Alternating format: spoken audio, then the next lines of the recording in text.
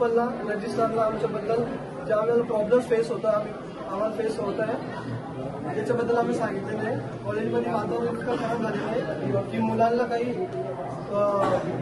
Suicidal thought येत आहे, त्यानंतर मेंटली हॅरॅस होत आहे, त्यानंतर डिप्रेशन फील होत आहे सगळ्यांना इथं.